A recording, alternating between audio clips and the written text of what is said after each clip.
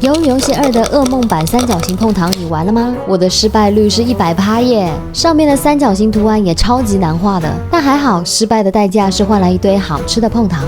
先在盘子上面撒上糖，防止碰糖粘住。锅子里面加入砂糖，开小火，要非常小的火，不然很容易焦掉。慢慢搅拌。台湾也有碰糖，会在糖里面加水，而且不用搅拌。砂糖加热后会产生焦糖化反应，会变成带有焦香味、深褐色的糖浆。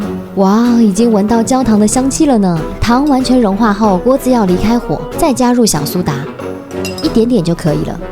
继续搅拌，你看糖变色了呢。小苏打在加热过程中会产生二氧化碳，让糖浆变得蓬松。现在来制作糖饼，秘诀是从比较高的地方倒下来，就算不用模具也很圆很平哦。最难的地方来啦，要怎么画出三角形呢？你猜猜看，我用的是什么？噔噔，我用的是家里汤匙后面的饼，2种尺寸刚刚好。其实应该要等糖再冷却一点再画，但是有太多的三角形了，时间关系，只能最后再来加工一下，边边的糖都快要变硬了啦。我只有挑战到第2层三角形，你可以试试看画到剧集里面的3层，记得要拍照给我看哦。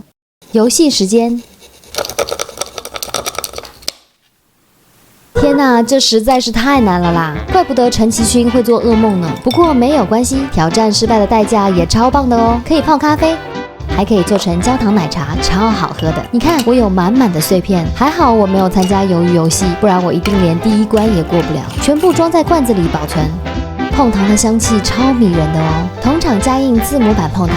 假日的时候和朋友一起玩，请参赛者领取自己名字的字母，挑战失败的奖励碰糖奶茶1杯，耶！是不是超解压的呢？你也赶快来玩一下吧！假日赶快来追没看完的鱿鱼游戏2，好期待第3季哦！